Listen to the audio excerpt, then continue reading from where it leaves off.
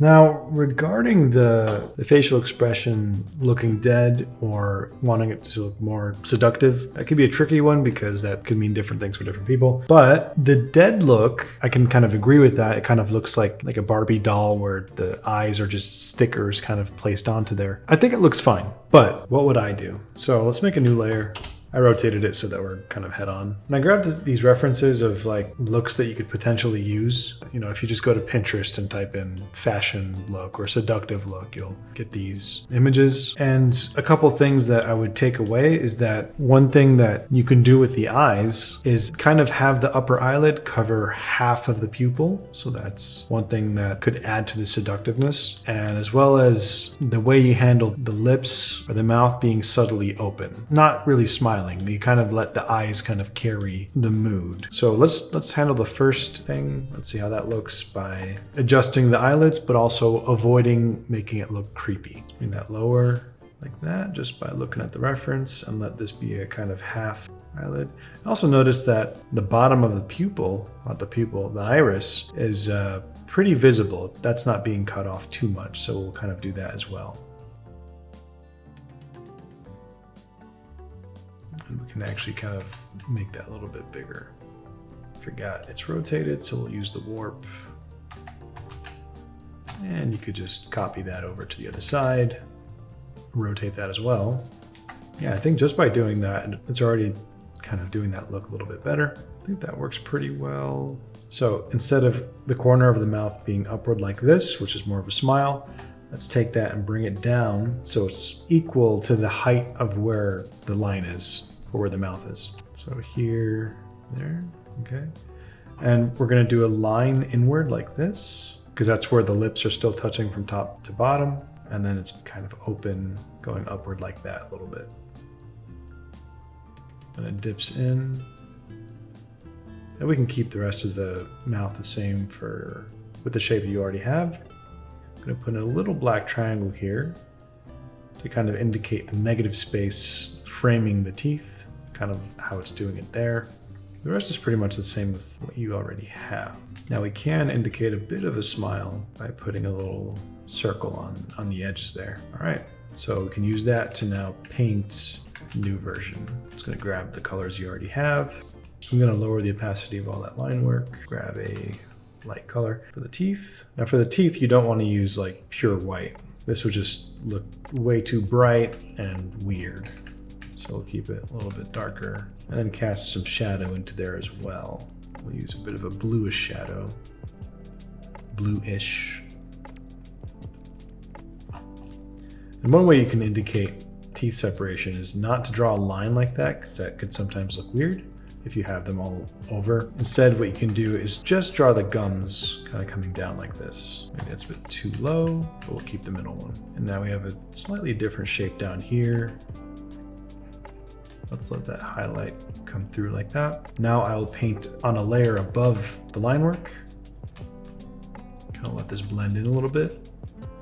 I'm gonna create a little bit of a shadow over here, and then a highlight right there, and the shadow again. And I'll explain why I did that in a moment. So if we have a point here that's kind of pressing in, we know that, like, let's say you press, I don't know, anything really, it's going to have a sort of divot going inward, kind of like a button on a leather couch. And the geometry does something like this. And we know that these polygons are facing downward and these polygons are facing upward, which means these polygons will be in shadow, just very subtly, and these polygons will be in light. And this kind of subtle shadow play at the corner of the mouth will make it appear as though there's a very subtle smile happening. And you can kind of see that happening right here. It's a bit pixelated, but the effect is there, right there. So you see how it's catching light on the bottom side and then shadow right above it. It's a very subtle effect. And you can kind of just paint in. You can let this shadow sort of connect a little bit. Let's get a stronger shadow up here underneath the teeth. I'm actually going to fill that in entirely and then use the airbrush as an eraser to get some ambient occlusion light like this. So I don't think that little triangle is working here. That makes sense because it would be covered at that angle. Like that triangle would actually be up here. If that's the top part of the teeth, and the gums would be up there. So I take back what I said earlier. There we go, yeah. Okay, you can kind of let the light hit a little bit like this. All right. Let's do the treatment up here for the eyes. It's important to keep zooming in and out so that you can kind of see a broader picture of your design. Let's go look at that other reference of the eyes. You can also let some light hit the sort of the water line. I think that's what it's called. It's like the this part right here where the eyelid is. The shadow went too pink there.